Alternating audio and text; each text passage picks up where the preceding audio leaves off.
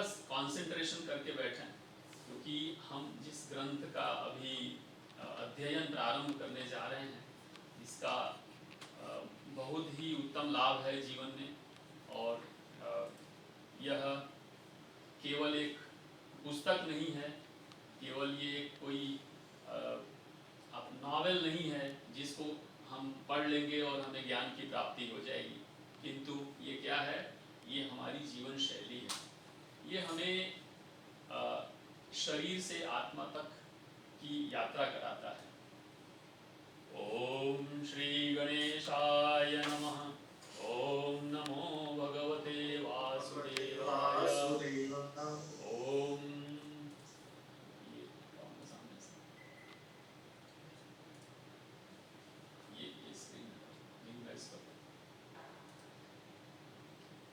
श्रीमद् भगवद गीता क्या है?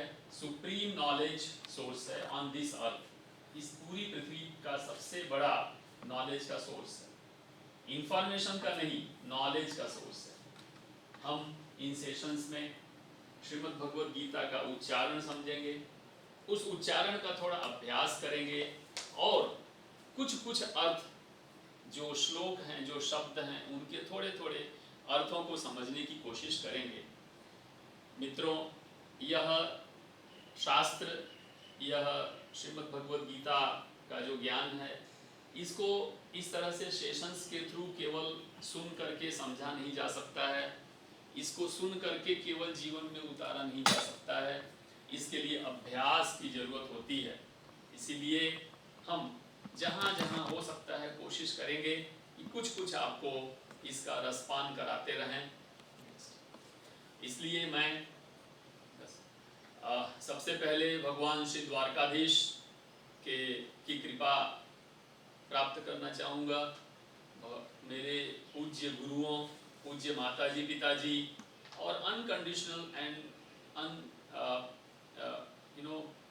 support and consents from respected Dr. Nagesh ji Bhandari Mahoday and Sushri doctor Ritu ji Bhandari महोदया, जो हमारी यूनिवर्सिटी के प्रेसिडेंट हैं, डॉक्टर संदीप चक्रवर्ती और सभी हमारे बड़े वरिष्ठ जन, सभी के आशीर्वाद के साथ deep rooted lovely inspirations from all well wishers, हमारे जितने भी शुभचिंतक हैं उनको धन्यवाद देते हुए, हमारे इस जीवन में जो हमारे शरीर से जो छोटे हैं, शरीर की यात्रा में जो हमसे उम्र में छोटे हैं, ऐसे यंगस्टर्स, क्यों शरीर से मैंने कहा, क्योंकि बहुत सारे ऐसे व्यक्ति होंगे जो आपसे शरीर में तो छोटे हैं, उम्र में छोटे हैं, लेकिन आध्यात्मिक दृष्टि से, आत्मिक दृष्टि से वो आपसे कहीं बहुत बड़े हो सकते हैं।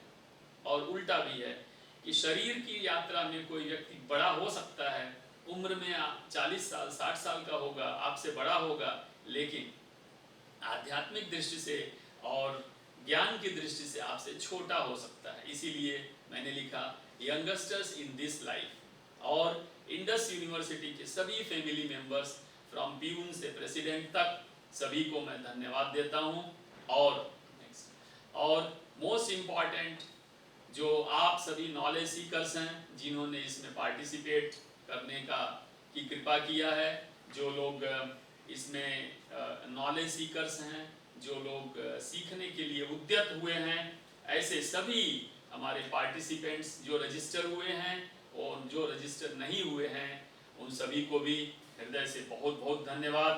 और not at the last but this is the beginning, doctor Ram Sharma ji, जो हमारे इंडिक स्टडीज़ के डीन हैं और इंडियन नॉलेज सिस्टम जिन्होंने इंडस यूनिवर्सिटी में चलाने का एक बीड़ा उठाया है, ऐसे डॉक्टर राम शर्मा जी को भी हृदय से धन्यवाद। आप आपके स्क्रीन पे देख सकते हैं कि हम पहले 10 मिनट में श्रीमद् भगवद गीता पर मेडिटेशन करेंगे। मेडिटेशन का अर्थ यह नहीं है,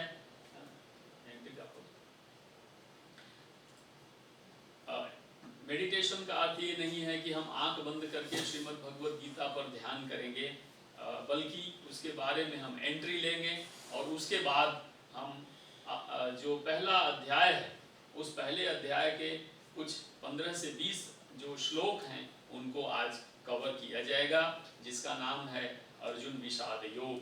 आज 16 जुलाई है और इस समय 9:18 हो गए। 9:15 पे हमारा सेशन शुरू होने वाला था। तो मैं पुनः प्रारंभ करने से पहले भगवान द्वारकाधीश, पूज्य गुरुज, माता पिता, हमारे डॉक्टर नागेश भंडारी जी, डॉक्टर रितु जी मैडम, डॉक्टर संदीप चक्रवर्ती, डॉक्टर राम शर्मा जी और सभी इंडस यूनिवर्सिटी के सभी हमारे मेंबर्स, फैमिली जन और जितने भी लोग हमारे साथ जुड़े हैं, आज सभी पार्टिसिपेंट्स, आप सभी को पुनः पुनः धन्यवाद देते हुए हम श्रीमद् भगवद गीता में प्रवेश करने की कोशिश करते हैं। आगे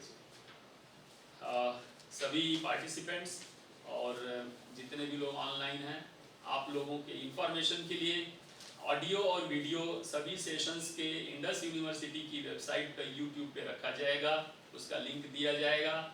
आप सभी के प्रश्नों का हम ईमेल के थ्रू रिसीव करना चाहेंगे। आपके जो भी प्रश्न हैं श्रीमद् भगवद गीता या आपके जीवन संबंधित, कृपया ईमेल करें। ईमेल आईडी आपका मेरा आपके पास है। इसका कारण है कि अगर आप सेशन के बीच में कोई प्रश्न करेंगे तो प्रश्न का जो उत्तर है मैं ठीक से दे नहीं पाऊंगा, क्योंकि प्रश्नों के जो उत्तर होते हैं वो कभी कभी बहुत लंबे लंबे होते हैं। इसलिए उनको तुरंत जवाब देना, उसका उत्तर देना, आपको संतुष्टि मिले ऐसा उत्तर देना कई बार संभव नहीं होता है और दूसरे लोग उसमें बोर होते हैं। साथ में हम आपको रेफरेंसेस देंगे जो आप बाद में बैठ करके खुद भी रीड कर सकते हैं, उसको सुन सकते हैं, उसको देख सकते हैं, तथा आप अपने आप का इवैल्यूएशन कर सकते हैं। स्व मूल्यांकन, खुद से खुद का मूल्यांकन, स्वयं से स्वयं का मूल्यांकन आप कर सकें, ऐसा आपको हम फॉर्मूला भी बीच बीच में देते रहेंगे। अतः मैं आपसे निवेदन करूंगा कि अब हम भीष्म पर्व जो चैप्टर नंबर 23 से और 40 तक का है महाभारत ग्रंथ में, जो महर्षि वेदव्यास के द्वारा मनुष्य जाति तक पहुंचाया गया है, उस पे हम प्रारंभ करें। और उसमें आपसे निवेदन करूंगा कि 3 बार आप ओम बोलेंगे बिना डिस्टर्ब हुए।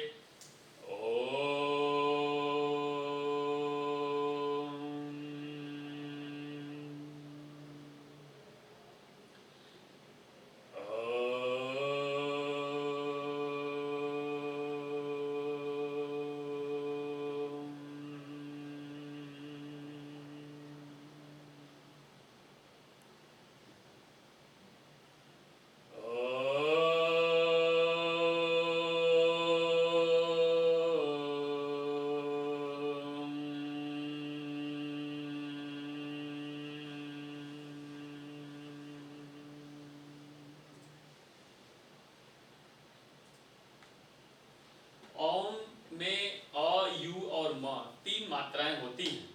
एक गूंगा भी अ, उ, बोल सकता है। यह हमारा वैदिक सिद्धांत है। दोस्तों, हमारे पास जो मंत्र प्राप्त है ओम नाम का, पूरी पृथ्वी, आकाश, ब्रह्मांड, सूर्य, नक्षत्र, तारे, सब के सब 24 घंटे ओम का उच्चारण करते रहते हैं। और ओम ही भगवान है, ओम ही प्रभु का वरदान है। दोस्तों, यह श्रीमद् भगवद गीता भगवान का के द्वारा कहा जा सकता है गाया हुआ गीत है। इसीलिए अंग्रेजी वाले इसको सॉन्ग संग बाई भगवान अर्थात द ऑलमाइटी के नाम से जानते हैं। बहुत सारे एनलाइटेंड पीपल, लीडर्स जो हमारे देश में हो चुके हैं, करोड़ों की संख्या में, जिन्होंने श्रीमद् भगवद गीता को अपने जीवन में उतारा है, उसमें बताए हुए जो सूत्र हैं उसके ऊपर उनका जीवन यापन किया, जीवन में आगे बढ़े हैं। उदाहरण के लिए बाल गंगाधर राव तिलक, राधा कृष्णन वगैरह बहुत सारे लोग हो चुके हैं। अब मैं आपको जिस तरह से, जब आप किसी महल में देखने जाते हैं टूरिस्ट की तरह, सपोज आप द्वारकाधीश के मंदिर में दर्शन करने गए, तो सबसे पहले क्या करेंगे आप पहले द्वारकाधीश के मंदिर को बाहर से दर्शन करेंगे, पहले मंदिर का दर्शन करेंगे। वैसे ही मैं आपको पहले श्रीमद् भगवद गीता का बाहर से दर्शन करवाता हूँ, फिर धीमे धीमे धीमे उसके गेट के अंदर जाएंगे और फिर उसका दर्शन करेंगे।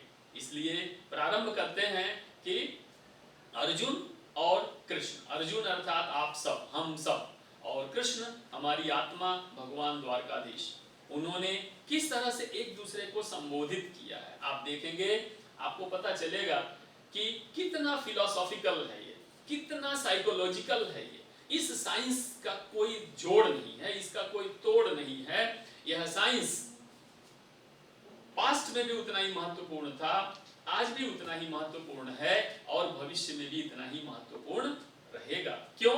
आप उदाहरण के लिए देखें कि अर्जुन भगवान कृष्ण को कितने नामों से पुकारते हैं। अर्जुन भगवान कृष्ण को, वैसे तो भगवान के हजारों नाम हैं, दसों हजार नाम है, सहस्त्र नाम चलता है, लेकिन इस श्रीमद् भगवद गीता ग्रंथ के अंदर भगवान कृष्ण को अर्जुन लगभग 46 प्रकार, 46 प्रकार के नामों से बुलाते हैं। अब आपका प्रश्न होगा कि क्यों इतने सारे नाम लिए? मित्रों, आपको मैं एक उदाहरण देता हूँ। आपके घर में आपकी माँ आपको बचपन में किन किन नामों से बुलाती थी? पप्पू, मुन्ना, चुन्ना, लड्डू, डब्लू वगैरह अलग अलग नामों से आपको बुलाती थी। क्या आपका वो ओरिजिनल नाम है? नहीं। लेकिन पिता आपको किस नाम से बुलाते थे? बहुत प्रेम उमड़ आया आपके ऊपर तो पिता आपको किसी दूसरे नाम से बुलाएंगे, क्रोध आ गया तो दूसरे नाम से बुलाएंगे। तो जिस तरह से आपके 4-5 नाम आपके घरों में होते हैं, इसी तरह से भगवान कृष्ण को मन में अर्जुन के लिए जैसी श्रद्धा, जैसा भाव आता है, वैसा कृष्ण अर्जुन को अलग अलग नामों से बुलाते हैं। अथवा कृष्ण को लगता है कि अब अर्जुन को मुझे इस नाम से बुलाने से ज्यादा उसको मैं समझा पाऊंगा आसानी से, तो कृष्ण भगवान क्या करते हैं? अर्जुन को उस नाम से बुलाते हैं। उल्टा अर्जुन को लगता है कि मैं भगवान कृष्ण को अगर इस नाम से बुलाता हूं तो क्या करेंगे वो? शायद वो अर्जुन कृष्ण को उस नाम से बुलाते हैं। उदाहरण के लिए लीजिए सर नीचे, उदाहरण के लिए अर्जुन भगवान कृष्ण के इतने नाम लेते हैं, कितने? 46, और अलग अलग श्लोक में अलग अलग नाम से। जैसे कहीं कृष्ण कहते हैं श्लोक नंबर 5.1 में वगैरह, कहीं माधव बोलते हैं श्लोक नंबर 1 अध्याय 1 के 36वें श्लोक में। आप देखें अध्याय 11 के 36वें श्लोक में वो ऋषिकेश के नाम से बुलाते हैं। नीचे लीजिए, इस तरह से अलग अलग नाम हैं, और हर एक नाम का मैंने डेफिनेशन, उस नाम का अर्थ क्या है वो भी वहां पे लिखा हुआ है। तो आपसे निवेदन है कि इन नामों के अर्थों को समझें। जब जब हम चैप्टर में आगे बढ़ेंगे वहां हम आपको समझाते जाएंगे कि क्यों वासुदेव कहा, क्यों भगवान कहा, कहाँ पे जगतपति कहा और क्यों कहा, कहाँ पे विष्णु कहा तो क्यों कहा, अनंत कहा तो क्यों कहा। तो इसका अर्थ भी हम आपको वहां पे बताएंगे। हाँ, अब यहाँ आप देखें अर्जुन को भगवान कृष्ण कितने नामों से बुलाते हैं? 23 प्रकार के अलग अलग नामों से बुलाते हैं। उदाहरण के लिए बहुत ही महत्वपूर्ण है हमारे लिए जानना कि भगवान कृष्ण अर्जुन को अलग अलग नाम, एक ही नाम से वो कह सकते थे। पूरे श्रीमद् भगवद गीता में कह सकते थे कि हाँ अर्जुन अर्जुन अर्जुन अर्जुन बोलते रहते, या पार्थ पार्थ पार्थ पार्थ बोलते रहते। इतने सारे नाम लेने की आवश्यकता क्या थी? तो ये साइकोलॉजी है, ये एक साइंस है, ये विज्ञान है कि अगर आप किसी को उसके अलग अलग नाम से, अलग अलग ढंग से उसको बुलाते हैं, बात करते हैं, तो आप अपने माता पिता को, कोई माता बोलता है, कोई माँ बोलता है, कोई मॉम बोलता है, कोई मम्मी बोलता है, कोई माता जी बोलता है, अलग अलग आप नाम से, जैसा आपका भाव उस समय है वैसे नाम से आप बुलाते हैं। तो यहाँ पे आप देखें कि भगवान कृष्ण देश, इस ब्रह्मांड के सबसे बड़े मनोवैज्ञानिक थे, सबसे बड़े साइकोलॉजिस्ट थे। आप देखो लगभग श्रीमद् भगवद गीता, जहां तक मेरा ज्ञान है, पृथ्वी का पहला साइकोलॉजी, सबसे बेस्ट साइकोलॉजी पुस्तक है जो हमें पढ़ना चाहिए, और पढ़ने से हमें साइकोलॉजी का ज्ञान प्राप्त होता है।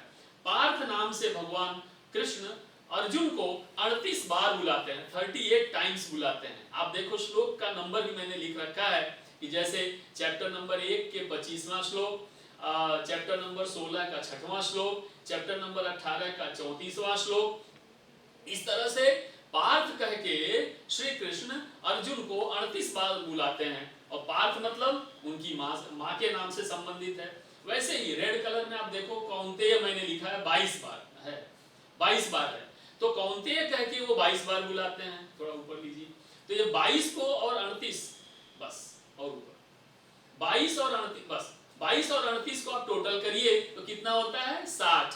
तो वो मैंने ऊपर लिखा है 23 नाम से बुलाते हैं, और उसमें भी 60 बार, पूरे भगवत गीता में 60 बार भगवान कृष्ण अर्जुन को उनकी माँ के नाम से बुलाते हैं। आप सोचो कि कितना महत्वपूर्ण है। अगर आपको कोई बात समझा रहा है और आप समझ में ना आवे तो बार बार नहीं आप बोलते हो आपके माँ की कसम, आपके पिता की कसम, आप बोलते हो। इसी तरह से भगवान उनको बोलते हैं हे पार्थ, मतलब माँ से संबंधित। तो क्या होगा कि हृदय से साइकोलॉजिकली अर्जुन उनकी बात को जल्दी अच्छे से समझ पाएगा। आप समझ रहे हो, कौन्तेय नाम से बुलाते हैं, 22 बार बुलाते हैं। इसी तरह से आगे चलें, अलग अलग नामों से उनको बुलाते हैं। और मैंने हर श्लोक, उसके सामने श्लोक भी लिख रखा है। तो जैसे 2.15 मतलब अध्याय 2 का श्लोक नंबर 15, वहां पे पुरुषर्व के नाम से उनको बुलाते हैं, और हर एक नाम का अर्थ भी यहाँ पे लिखा हुआ है। जब आप फ्री हो उस समय इसको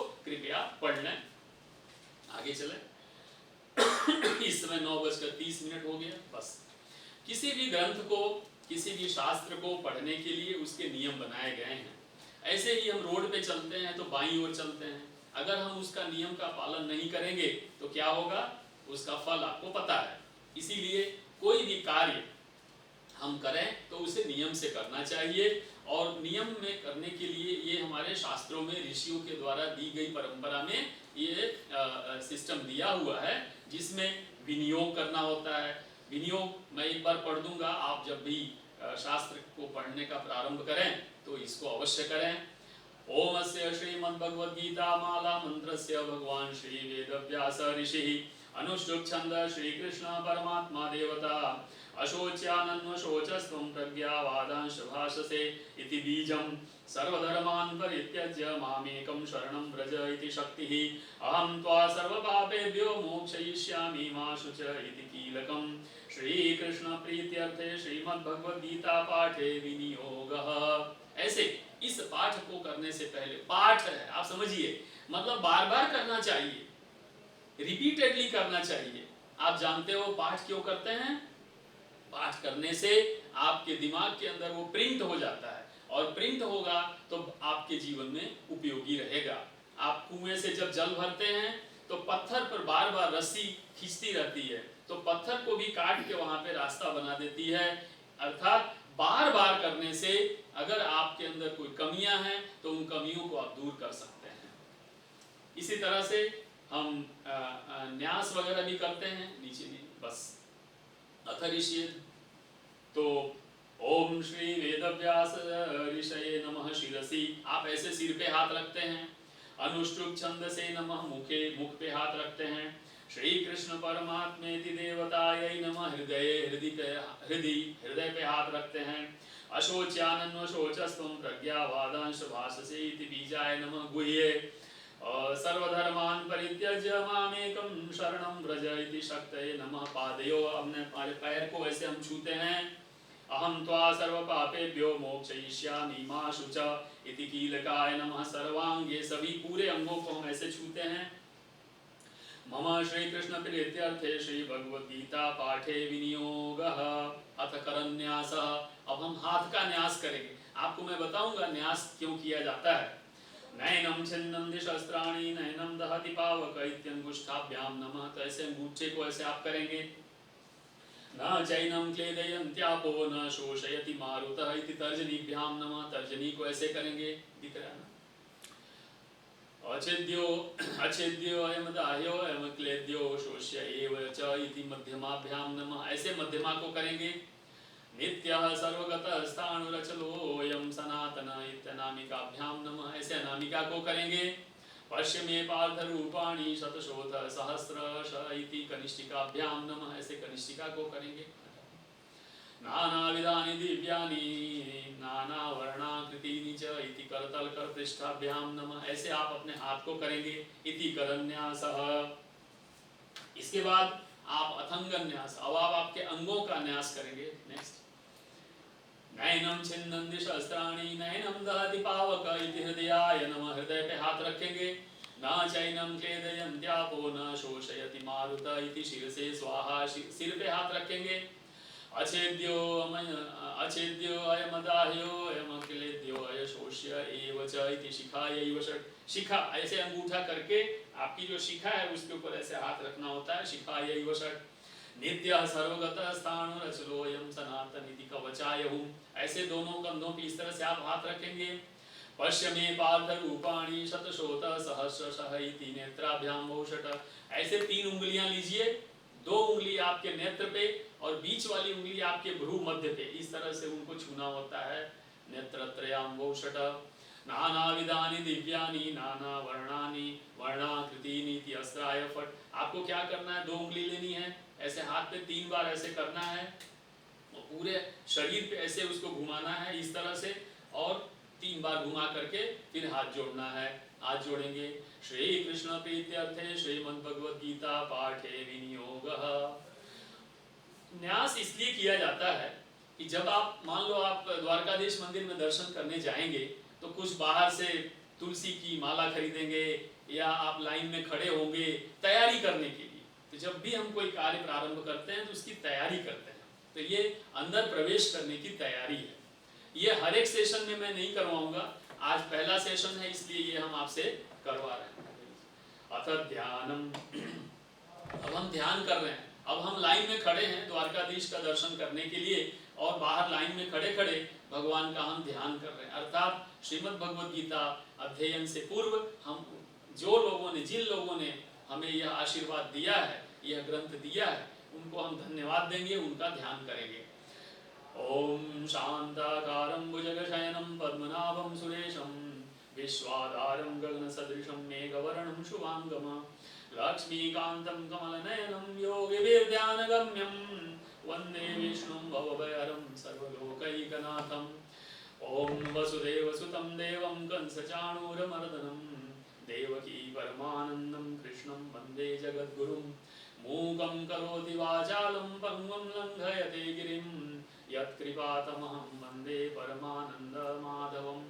यं ब्रह्मा वरुणेन्द्र रुद्रमरुतः स्तुवन्ति दिव्यैस्तवैः वेदैः साङ्गपदक्रमोपनिषदैः गायन्ति यं सामगाः।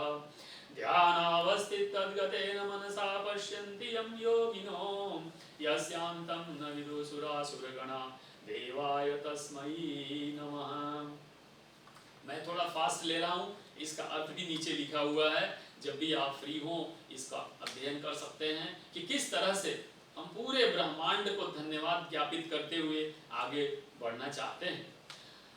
पूरा ग्रंथ भगवान के मुख से निकला हुआ है, लेकिन हम तक पहुंचाएगा कौन? तो हम तक पहुंचाने की जो जिम्मेदारी है वो महर्षि वेदव्यास ने ली थी और उन्होंने हम तक पहुंचाया, इसलिए हम उनको भी नमन करते हैं, उनको धन्यवाद करते हैं। नमोस्तुते व्यास विशाल बुद्धे फुल्लारविन्दायत पत्र नेत्रम येन त्वया भारत तैलपूर्ण प्रज्वालितो ज्ञानमय प्रदीपः।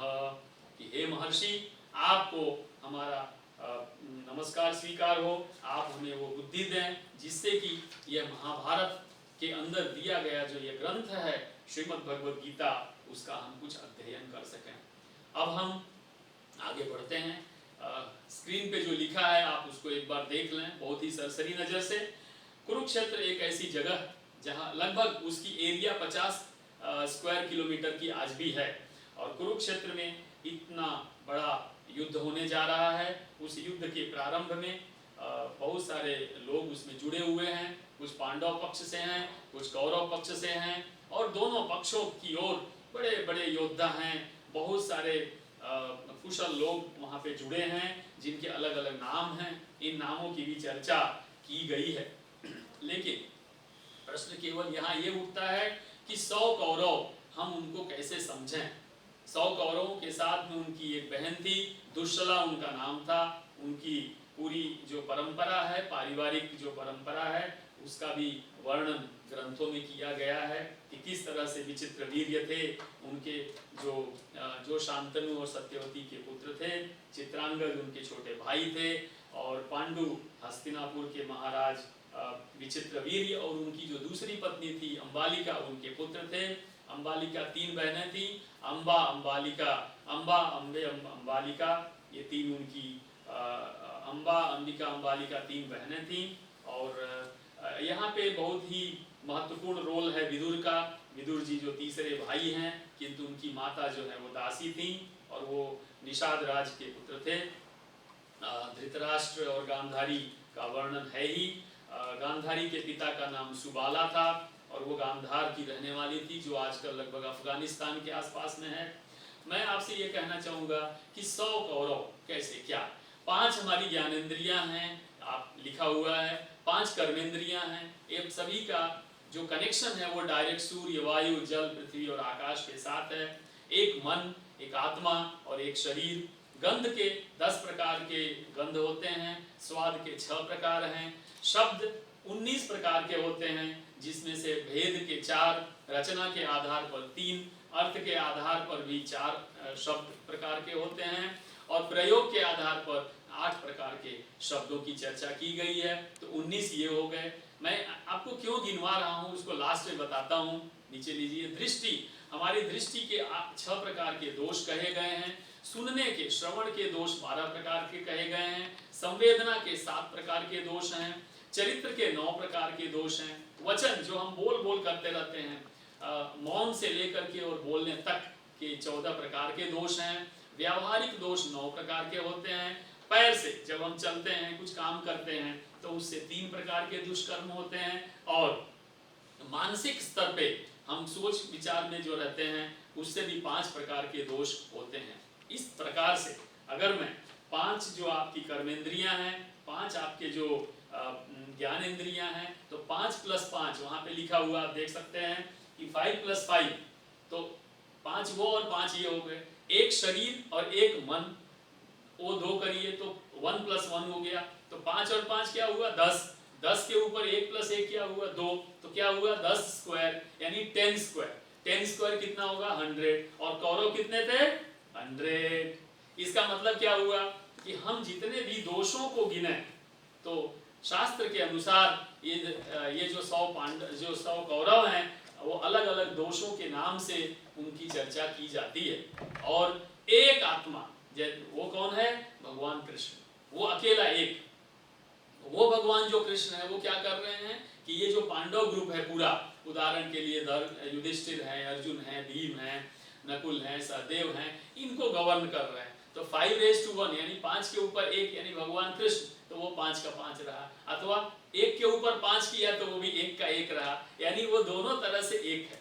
तो कहने का अर्थ ये है कि एक तरफ कौन है, पांडव भगवान कृष्ण की देख रेख में है, और एक तरफ 100 कौरव और उनकी सेनाएं हैं, जो पाप के रूप में या दुराचार के रूप में जानी जाती हैं। इसमें गांधारी, दुर्योधन, धृतराष्ट्र सभी की चर्चा हमने की रखी है, आप एक बार कृपया इसे पढ़ लेंगे। अब हम आगे की ओर कूच करते हैं। आगे लीजिए जी। अब आज हमारा 16 जुलाई सेशन 1 9 बजे से हमने प्रारंभ किया, और इसके अंदर हम 1 से लगभग 20 श्लोक तक की चर्चा करेंगे। थोड़ा स्पीड में जाएंगे, और मैं आपको बस मैं यहाँ से जो अर्जुन का विषाद है, उस नाम का जो योग है, उसमें प्रवेश करने के लिए, अर्थात अब आप मंदिर के अंदर प्रवेश कर चुके हैं, और मंदिर के अंदर जाने के बाद अब आप तुरंत दर्शन नहीं होगा, थोड़ी देर के लिए पर्दा गिरा रहेगा। तो जब तक पर्दा गिरा होता है भगवान का, तब तक आप भगवान का भजन करते हैं। तो अभी श्रीमद् भगवद गीता प्रारंभ नहीं हो रही है, अभी श्रीमद् भगवद गीता के अंदर हम प्रवेश कर रहे हैं, अभी पर्दा गिरा हुआ है, इसलिए अभी अर्जुन का विषाद योग है। यह श्रीमद् भगवद गीता आप समझो योग, अर्थात ऐसा एक जंक्शन, ऐसा एक पॉइंट जहाँ पे अर्जुन नाम का जो व्यक्ति है वह विषाद को प्राप्त हुआ है, दुखी है, बहुत ज्यादा मोह में फंस गया है। अब यह श्रीमद् भगवद गीता मोह से क्यों प्रारंभ हुई, विषाद से? मोह से मोक्ष की यात्रा है। अध्याय 1 जो है वो मोह का रूप है अर्थात विषाद का है, और अध्याय नंबर जो 18 है वो किस में जाएगा, मोक्ष दिलाता है। तो 18 अध्याय में आप मोह अर्थात विषाद से मोक्ष तक अर्थात सद्गति तक पूरा शांतिमय जीवन तक आप यात्रा कर सकते हैं। इसमें हर एक अध्याय में आपको एक एक लेवल ऊपर उठाया जाएगा। यह आज भी महत्वपूर्ण है क्योंकि हम और आप भी कभी कभी डिप्रेशन के शिकार होते हैं। डिप्रेशन हुआ अर्थात आप विषाद में गए, अर्थात आपका डिप्रेशन से योग हुआ, मिले, मतलब आप योग में पड़ गए, तो योग में विषाद में पड़ गए, तो विषाद का आपके साथ जब योग हुआ तब आपके पास सॉल्यूशन क्या है, भगवान। और वो भगवान अभी आपके सामने उपस्थित अगर नहीं तो कौन है, श्रीमद् भगवद गीता। अर्थात अगर आप श्रीमद् भगवद गीता पढ़ते हैं, कभी आप डिप्रेशन में चले जाते हैं, तो यह सबसे बड़ा आपके लिए इलाज होगा। इसके लिए कोई डॉक्टर की जरूरत नहीं है, केवल और केवल श्रीमद् भगवद गीता अगर आपने पढ़ लिया तो आप उस डिप्रेशन से बाहर आ सकते हैं। आप देखेंगे कि जो अध्याय है, एक चीज मैं पढ़ना आपको भूल गया, मैं पढ़ दे रहा हूँ।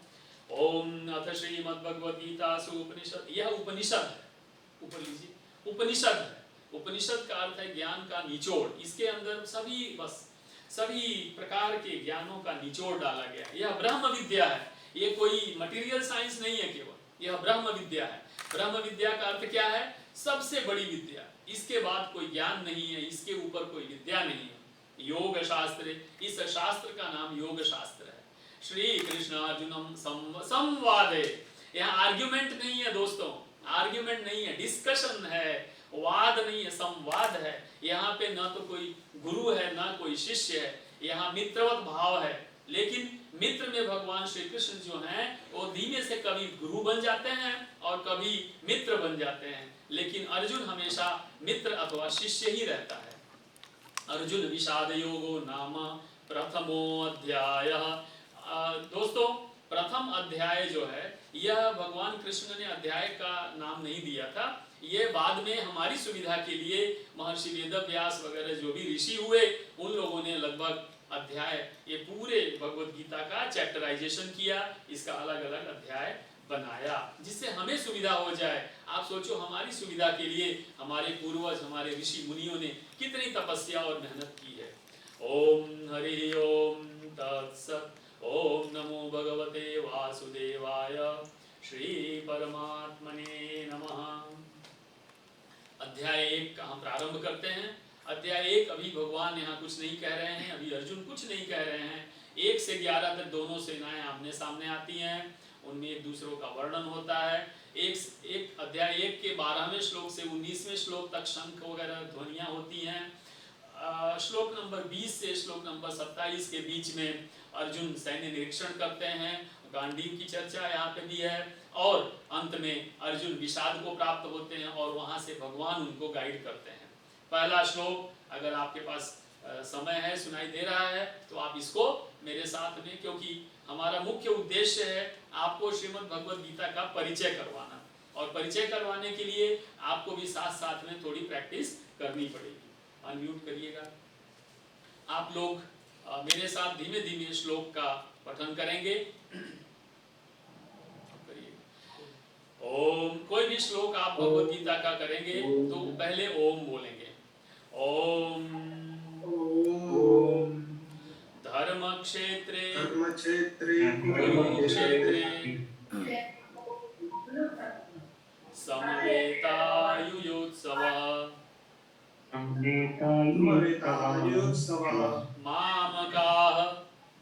मामकाः पाण्डवाश्चैव किम कुर्वत संजय।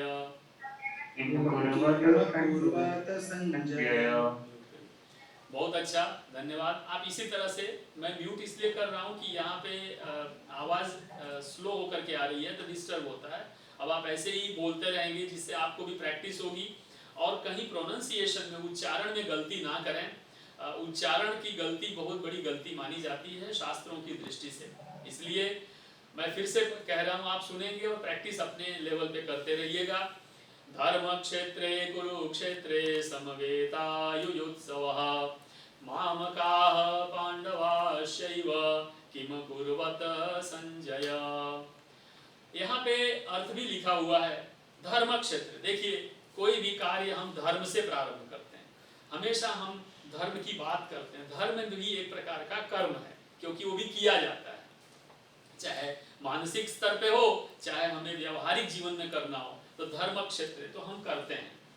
और ऐसा क्षेत्र जहाँ पे धर्म, धर्म अर्थात यहाँ पे देखो धृतराष्ट्र नाम का जो व्यक्ति है, जो राजा है, इतने बड़े क्षेत्र का राजा है, वो राजा भी अगर युद्ध की बात कर रहे हैं, अपना प्रश्न उठाते हैं, तो धर्म से प्रारंभ, यानी मन में तो उनके भगवान ही बसे हुए हैं, तो बोलते हैं धर्म क्षेत्र, यानी ऐसी जगह जहाँ पे धर्म है, जहाँ भगवान है।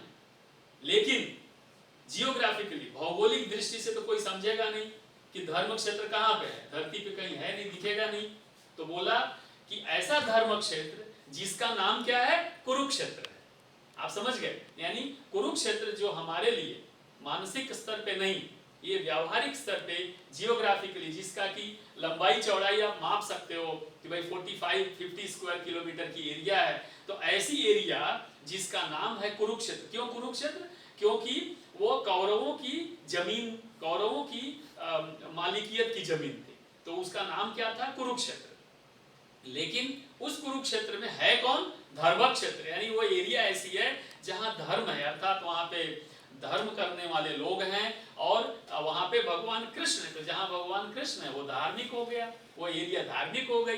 तो ऐसा कुरुक्षेत्र जो धार्मिक है, लेकिन उनका प्रश्न क्या था, बहुत ही जटिल प्रश्न है। आप समझो, संजय जिनको दिव्य दृष्टि महर्षि भगवान वेदव्यास के आशीर्वाद से प्राप्त हुई थी, उस समय 3 ही लोगों के पास ये दिव्य दृष्टियां थी। एक भगवान स्वयं, एक अर्जुन को भगवान ने दिया था 11वें अध्याय में, और एक संजय को दिया। तो दिव्य दृष्टियों से उस समय बहुत ही कम लोगों को ही लाभ मिला था, तो उसमें से संजय एक थे। तो संजय को पूछते हैं, संजय कौन है? तो संजय राजा धृतराष्ट्र का सारथी है। लेकिन धृतराष्ट्र आंखों से, बायोलॉजिकली वो आंख से अंधे हैं, तो बायोलॉजिकल आंख से अंधे होने का तात्पर्य हुआ कि उनको युद्ध का कोई भी विवरण किया जाए वैसे उनको समझ में तो आता भी नहीं, लेकिन मानसिक स्तर पे वो इतने बुद्धिमान, इतने ज्यादा स्ट्रांग थे कि वो समझने की कोशिश करने लगे। तो संजय से उन्होंने पूछा कि हे संजय, कृपा, आप देखिएगा है प्रश्नवाचक, किंतु इसके अंदर अहंकार भी है, इसके अंदर जो मानसिक बीमारी है वो भी दिखाई देती है, और साथ साथ में वो ड्यूअल पर्सनालिटी हुई, धर्म को भी महत्व दे रहे हैं, अपने विस्तार का भी महत्व दे रहे हैं, और मैं राजा हूं इसका भी एहसास दिलवा रहे हैं। वो कह रहे हैं मेरे और पांडु के पुत्रों, देखो अगर आपके परिवार में, किसी के भी परिवार में मेरा और आपका, मेरा और तुम्हारा जब हो जाएगा तो महाभारत का रूप लेता है। यह एक सबसे बड़ा उदाहरण खुद की भाषा में धृतराष्ट्र खुद पूछते हैं संजय से। लेकिन संजय वहां पे, आप समझो संजय की स्थिति कैसी होगी कि वो इतने बड़े विद्वान हैं, इतने बड़े ज्ञानी हैं, लेकिन उनको उनका जवाब देना पड़ता है, और जवाब जो सही है वो भी नहीं दे सकते, और गलत बोल नहीं सकते। क्यों? कि गलत बोलेंगे तो गला कट जाएगा, और सही बोलेंगे तो आत्मा गवाही नहीं देती है। इसलिए संजय की परिस्थिति बहुत ही विकट है, न इधर जा सकते न इधर जा सकते, एकदम तलवार की धार पे चलना पड़ता है संजय को। तो संजय से पूछते हैं कि मेरे, आप देखो, मेरे और पांडव, भाई यानी पांडव, पांडु के पुत्र, पांडु यानी भाई, तो धृतराष्ट्र और पांडु 2 भाई, धृतराष्ट्र अर्थात मेरे बच्चे क्या कर रहे हैं, और पांडु अर्थात मेरे भाई के बच्चे इस हॉली प्लेस कुरुक्षेत्र में जो युद्ध के लिए वहां गए हुए हैं। आप समझो जीवन में हमारा भी युद्ध, पल पल युद्ध चलता रहता है, पल पल, कभी स्वास्थ्य के साथ आपका युद्ध चलता है, कभी आपको दूसरी आवश्यकताओं के लिए युद्ध चलता है, कभी आत्मसंतुष्टि के लिए युद्ध चलता है, शारीरिक स्तर पे, मानसिक स्तर पे, आध्यात्मिक स्तर पे भी युद्ध चलता रहता है। कई लोग कभी सोचते हैं कि मैं अभी जो पूजा पद्धति या जो मैं काम कर रहा हूँ धार्मिक, वो सही है गलत है, हमेशा विषाद कंफ्यूजन में रहते हैं। तो श्रीमद् भगवद गीता का जो प्रारंभ है वो खुद हमारे जीवन का प्रारंभ आप समझो कितना महत्व है इस श्लोक नंबर 1 का, जो अभी तो श्रीमद् भगवद गीता प्रारंभ नहीं हुई है, अभी तो एंट्री लेवल पे हम धीमे धीमे, आप महल में जब जाते हैं तो थोड़ा चल के अंदर तक जाना पड़ता है, तो चल के अभी हम अंदर की ओर जाने की कोशिश कर रहे हैं। तो श्लोक क्या है? धर्म क्षेत्रे कुरुक्षेत्रे समवेतायुयुत्सवः मामकाः पांडवाश्चैव किम कुर्वत संजय। श्लोक नंबर 2 पे जाते हैं। अब संजय, आप देखिए, थोड़ा ऐसा ऊपर रखिए कि लोग पढ़ सकें। हाँ, आप देखें संजय बोलते हैं। संजय बोला नहीं, आप लोग ध्यान से सुनिएगा कि जब हम कभी बोलते हैं, कोई चीज कहते हैं, तो हम इनडायरेक्टली डायरेक्टली कई बार किसी का अपमान कर देते हैं, राइट? हम बोलते हैं अर्जुन बोला, हम बोलते हैं भगवान बोला, संजय बोला। अरे भाई ऐसा नहीं है, आप उनको सम्मान दीजिए, आपके पूर्वज हैं, उनके ज्ञान के सामने आप चींटी के साइज के भी नहीं हैं, तो हम उनकी बेइज्जती ना करें। शब्दों से तो कम से कम, हृदय से तो कम से कम उन्हें सम्मान देना चाहिए ही, और तब जब आप शास्त्र का अध्ययन कर रहे हैं। तो यहाँ पे प्रश्न क्या है? संजय बोले, संजय ने कहा। अब संजय बहुत ही दूरदृष्टि वाले व्यक्ति हैं, बहुत ही दिव्य दृष्टि वाले व्यक्ति हैं, बहुत ही, आप जानते हो संजय एक ऐसे व्यक्ति हैं, मैंने यहाँ लिखा है, संजय एक ऐसे व्यक्ति हैं जिनको न तो माया है, न मोह है, न उनकी कोई पसंद है, ना कोई उनकी नापसंद है, ऐसा तटस्थ व्यक्ति है। तो प्रश्न, श्लोक हम पढ़ते हैं। ओम दृष्ट्वा तु पांडवानीकं व्यूढ़ं दुर्योधनस्तदा आचार्यम् उपसंगम्य राजा वचनमब्रवीत्। मैं फिर से पढ़ता हूं, आप उच्चारण कर सकते हैं। दृष्ट्वा तु पांडवानीकं व्यूढ़ं दुर्योधनस्तदा आचार्यम् उपसंगम्य राजा वचनमब्रवीत्। कोई वेट कर रहा था। अर्थात क्या हुआ? दृष्ट्वा तु, बहुत अच्छा अर्थ है, केवल अर्थ में पढ़ता हूं, आप ध्यान से समझेंगे। संजय कहते हैं, क्योंकि धृतराष्ट्र ने पूछा था तो उनका जवाब देना संजय के लिए कंपलसरी था, क्योंकि संजय उस समय उसी काम के लिए बैठे हुए थे। तो उन्होंने कहा कि राजा दुर्योधन बहुत ही महत्वपूर्ण है। आप देखिए, कई बार प्रोफेशनल लाइफ में भी जब हम रिपोर्टिंग करते हैं तो रिपोर्टिंग में हम गलतियां करते हैं, हम महत्व देना भूल जाते हैं। यहाँ संजय दुर्योधन कोई महत्व नहीं दे रहा था, सबको पता है कि दुर्योधन गलत है, फिर भी वो दुर्योधन को संबोधित करते हुए कहते हैं राजा दुर्योधन। मतलब किससे वो बात कर रहे हैं? वो पिता से बात कर रहे हैं। किसके पिता से? दुर्योधन के पिता से बात कर रहे हैं, धृतराष्ट्र जी से। और धृतराष्ट्र से अगर वो अपने राजा दुर्योधन का केवल ऐसा बोलते कि उस समय दुर्योधन ने, तो क्या होता? पिता के मन में ये भाव उत्पन्न होता कि संजय जो मेरा सारथी है वो मेरा पुत्र अर्थात दुर्योधन को सम्मान नहीं दे रहा है, तो उनको मन में दुख होता, और संजय के लिए उनके मन में क्या होता? दिमाग में उनके लिए गलत भाव पैदा हो जाता।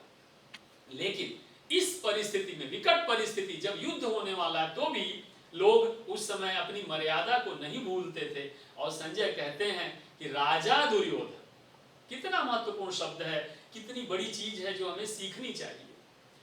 कहते हैं देखकर, दृष्टवा अर्थात देखकर। किसको देखकर? पांडवों के द्वारा इतनी बड़ी व्यूह रचना, बहुत बड़ी सेना थी। अब क्या था यहाँ पे? डर किसको था? दुर्योधन को मन में डर बैठ गया। क्यों डर बैठ गया?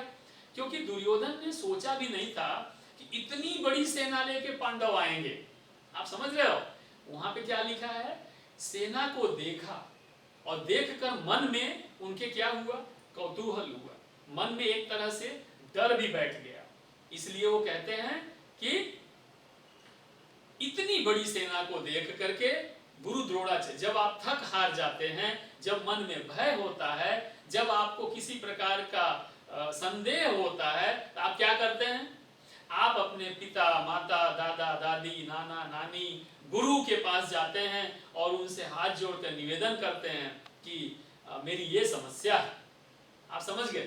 तो जब अब राजा दुर्योधन भी भय में हो गया, उनको भी लगा अरे बाप रे, इतनी बड़ी सेना, इतनी बड़ी सेना तो मैंने सोचा ही नहीं था, इतने बड़े बड़े लोग मैंने सोचा ही नहीं था। तो मन में कहीं न कहीं उसके डर बैठ गया, कायरता का थोड़ा अंश आ गया, लेकिन अभिमानी था, अहंकार दुर्योधन के अंदर कूट कूट के भरा था, इसलिए वो स्वीकार नहीं कर सकता था। इसलिए क्या किया, दौड़ के गए किसके पास, गुरु द्रोणाचार्य के पास, और जाके क्या कहते हैं, 3 नंबर का श्लोक, बस ये, पश्येतां पांडुपुत्राणाम् आचार्य महतीं चमूं व्यूढां द्रुपदपुत्रेण तव शिष्येण धीमता। मैं ये श्लोक फिर से बोलता हूं, आप जहां बैठे हैं वहां फिर से उच्चारण करेंगे। पश्येतां पांडु पुत्राणाम आचार्य महतीं चमूं व्यूढां द्रुपद पुत्रेण तव शिष्येण धीमता। देखिए ये श्लोक हमें याद हैं, लगभग सारे श्लोक याद हैं, लेकिन फिर भी पाठ जब करते हैं तो ग्रंथ को देख करके पाठ करना चाहिए, खुद से नहीं करना चाहिए, ऐसा शास्त्र का नियम है। इसलिए दोस्तों आपसे भी मेरा निवेदन है कि जब भी आप कभी शास्त्र का अध्ययन करें, शास्त्र को पढ़ें, भले आपको याद हो गया है लेकिन तो भी उसको सिस्टमेटिकली देखकर पढ़ना चाहिए। देखकर पढ़ने से 2 फायदे हैं, एक कहीं बीच में त्रुटि नहीं होगी, दूसरा आपका ध्यान कहीं और नहीं जाएगा। ऐसा नहीं कि मैं चल रहा हूँ, ब्रश कर रहा हूँ और किसी को मैं फोन पे बात कर रहा हूँ और साथ में पाठ भी कर रहा हूँ, नहीं, ये गलत है, इसको ना करें कृपया। इसलिए मैं भी आपको ये देखिए उदाहरण दे रहा हूँ कि मैं देख देख करके पढ़ रहा हूँ, आपके सामने जानबूझ के देख के पढ़ता हूँ। ऐसा कई बार होता है कि हमें ये याद भी होता है, लेकिन फिर भी शास्त्र जब पढ़ें तो उसको देख करके ही पढ़ें, उसके ऊपर उंगली रख के ऐसे ऐसे एक एक लाइन अगर आपको कैमरे में दिख रहा है तो ऐसे देख देख करके पढ़ना चाहिए, जैसे मैं कर रहा हूँ। दृष्ट्वा तु पांडवानीकं व्यूढं दुर्योधनस्तदा आचार्यम् उपसंगम्य राजा वचनमब्रवीत्। और उसका अर्थ भी समझना चाहिए, कभी भी केवल श्लोक पढ़ लेने से उसका फल प्राप्त नहीं होता है, उसको उसके अर्थ के साथ में पढ़ना चाहिए। जो भी आपकी भाषा है, ये श्रीमद् भगवद गीता हजारों लोगों ने अलग अलग भाषाओं में ट्रांसलेट किया है। आपको जान के आश्चर्य होगा, भारतीय भाषाओं, हर एक भाषाओं में हजारों महापुरुषों ने इसको अनुवाद किया है। इवन उर्दू, फारसी, जर्मन, फ्रेंच, हर एक भाषा में इसका अनुवाद उपलब्ध है। आप सोचिए कितना बड़ा ग्रंथ है कि पूरी पृथ्वी एक ग्रंथ को पढ़ने के लिए अंदर से इतनी लालायित हो रही है। इतने ट्रांसलेशंस हैं, 5-6 हजार तो इसके ऊपर पीएचडी हो चुकी है। तो जा करके राजा गुरु से कहते हैं, क्या कहते हैं आप देखिए, शब्दों का इस्तेमाल कितना बढ़िया किया गया है। कहते हैं, हे आचार्य, आपके बुद्धिमान शिष्य द्रुपद पुत्र, देखिए द्रुपद पुत्र धृष्टद्युम्न बोलते हैं। द्रुपद जानबूझ करके यहाँ पे धृतराष्ट्र क्या नाम, दुर्योधन जानबूझ करके द्रुपद पुत्र का नाम लेते हैं, क्योंकि द्रुपद का गुरु कौन, गुरु द्रोणाचार्य। तो गुरु द्रोणाचार्य और द्रुपद, उन दोनों की पड़ती नहीं थी एक दूसरे से, दोनों एक दूसरे के एक प्रकार से आप कहें तो मित्र नहीं थे। तो ये क्या कह रहे हैं, केवल ये धृष्टद्युम्न कह सकते थे ना, वहां जाके द्रोणाचार्य को जो ये है दुर्योधन केवल ये कह सकते थे जाके कि धृष्टद्युम्न जो आपका शिष्य है उसने बहुत बड़ी सेना खड़ी की है। लेकिन उन्होंने साथ में क्या ऐड किया, द्रुपद पुत्र धृष्टद्युम्न, जिससे द्रोणाचार्य एकदम उत्साह में आ जाए। द्रुपद है वहां पे, द्रुपद का पुत्र है, मैं देखता हूं क्या करता है। मतलब क्यों, क्योंकि जिसे आपकी भी जिससे दोस्ती नहीं है, आपकी नहीं पड़ती है, मान लो आपकी दुश्मनी किसी से और कंपटीशन है, और अगर आपको लगता है वो आगे बढ़ रहा है तो आप क्या करोगे, अच्छा वो आगे बढ़ रहा है, रुको मैं भी देखता हूँ। तो वो क्या है, आचार्य को ऐसे तो बता रहे, कह रहे हैं, लेकिन इनडायरेक्टली आचार्य को चढ़ा रहा है, उनको ऐसे चढ़ा रहा है, बोलते हैं ना चने की झाड़ पे चढ़ाते हैं, वैसे ही वो द्रुपद का नाम लेकर के कि द्रुपद पुत्र धृष्टद्युम्न जो आपका शिष्य है, उसने पांडवों की इतनी बड़ी सेना खड़ी की है, आप देखिए इसको, देखिए गुरुजी ऐसा हो रहा है, यानी उनको चढ़ा भी रहा है एक तरह से, आप समझ रहे हैं। आगे लीजिए नेक्स्ट। 10 बज गया है, वैसे हम 2-4 श्लोक और ले लेंगे जिससे आपको ज्यादा समय न जाए, 2-5 मिनट और लेंगे।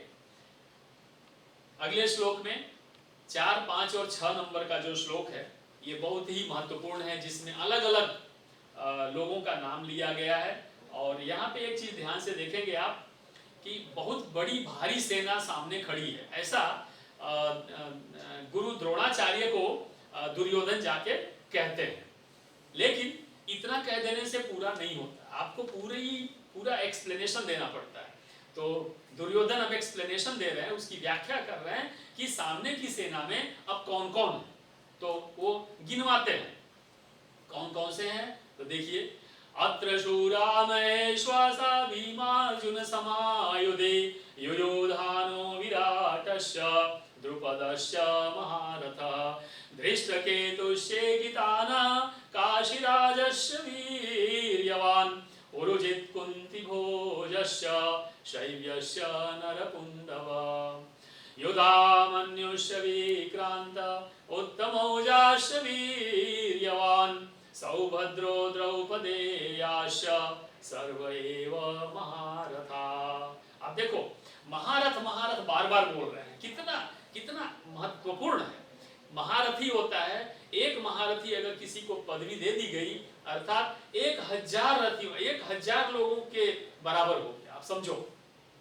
तो वो क्या कह रहे हैं, ये सारे के सारे महारथी है, मतलब एक एक आदमी 1000 के बराबर है, ऐसा गुरु द्रोणाचार्य को वो बता रहे हैं। तो क्या आप समझ रहे हो गुरु द्रोणाचार्य को मालूम नहीं होगा, उनको तो पता ही है, लेकिन ये इसी बहाने अपने अंदर का जो डर है वो इनडायरेक्टली गुरु द्रोणाचार्य को कहना चाह रहा है कि अरे गुरुजी, अब इतने बड़े बड़े लोग हैं, इतने महारथी हैं, ये लोग हैं, इनके नाम इसमें लिखे हुए हैं, आप पढ़ सकते हैं, कुंती भोज, पुरुजित, काशीराज, चेकितान, धृष्टकेतु, द्रौपदी के पुत्र, सुभद्रा का पुत्र अभिमन्यु वगैरह सारे के सारे, और कह रहे हैं सबके सब महारथी गुरुजी, अब क्या किया जाए। अर्थात वो अपनी जो बात है, डर है, वो भी उनके सामने प्रदर्शित कर रहा है, लेकिन अहंकारी है, उसके अंदर पूरा अहंकार भरा हुआ है, इसलिए वो याचना के रूप में नहीं, प्रार्थना के रूप में नहीं कह पा रहा है,